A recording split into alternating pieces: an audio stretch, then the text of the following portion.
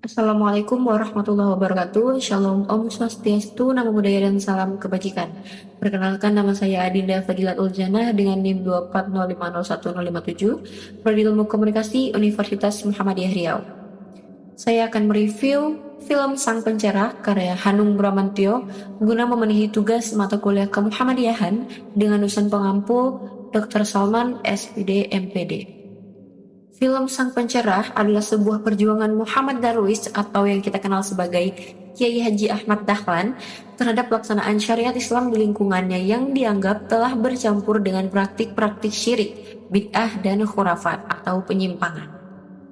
Momen puncaknya yang pertama adalah ketika Kiai Haji Ahmad Dahlan menemukan bahwa arah sholat atau arah kiblat Masjid Agung Kauman di Yogyakarta ternyata keliru atau melenceng.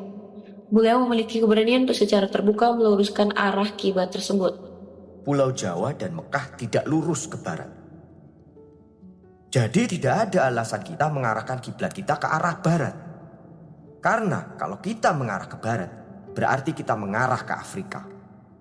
Kita hanya merubah arah sholat kita ke arah 23 derajat dari posisi semula. Tindakan ini merupakan perubahan mendasar dalam praktik ibadah yang sudah lama diyakini, sehingga langsung menimbulkan gejolak dan penolakan dari masyarakat yang sudah terbiasa dengan kebiasaan lama. Kelihatannya gambar itu bikinan orang kafir.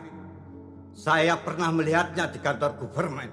Kalau kita mengarahkan kiblat berdasarkan gambar itu, sama saja kita kafir. Momen puncak kedua terjadi ketika Kiai Haji Ahmad Dahlan memulai metode pengajaran yang baru dan modern di Langgar kecilnya.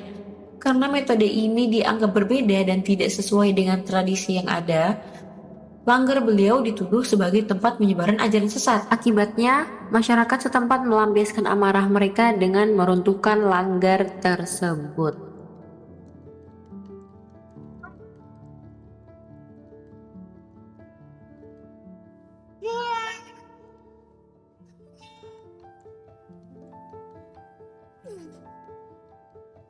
Dua kejadian ini dengan jelas menggambarkan satu pesan utama dalam film tersebut.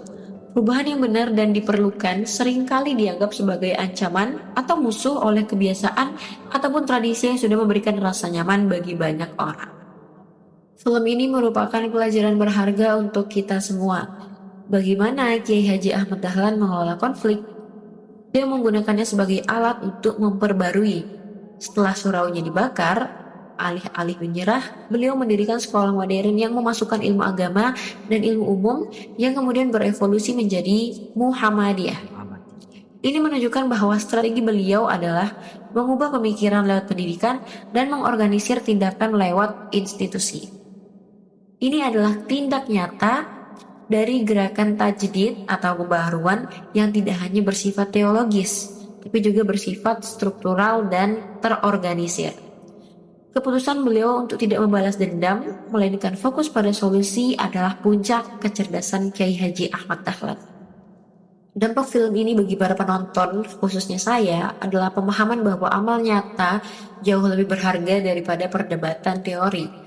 Kiai Haji Ahmad Dahlan tidak hanya memperbaiki arah kiblat sholat, beliau memperbaiki kiblat peradaban umat dengan membangun rumah sakit dan sekolah. Sebagai mahasiswa Muhammadiyah, pelajaran terbesar bagi saya adalah sebuah perubahan datang dari hati yang tulus dan semangat yang pantang menyerah. Film Sang Pencerah ini sangat menginspirasi saya untuk mengambil langkah nyata di lingkungan saya. Oleh karena itu, saya berkomitmen untuk memulai budaya kritik solutif. Apa itu kritik solutif? Kritik solutif merupakan setiap kali ada masalah atau kebijakan yang dikritik, kritik tersebut harus selalu disertai minimal satu usulan solusi yang konkret sebagai kontribusi kecil untuk menjadi sang pencerah muda di era ini. Film ini menantang kita semua. Apa sih amal nyata yang akan kita wariskan? Sekian review singkat dari saya, kurang dan lebihnya mohon maaf. Wabillahi taufiq wal hidayah. Wassalamualaikum warahmatullahi wabarakatuh. Terima kasih.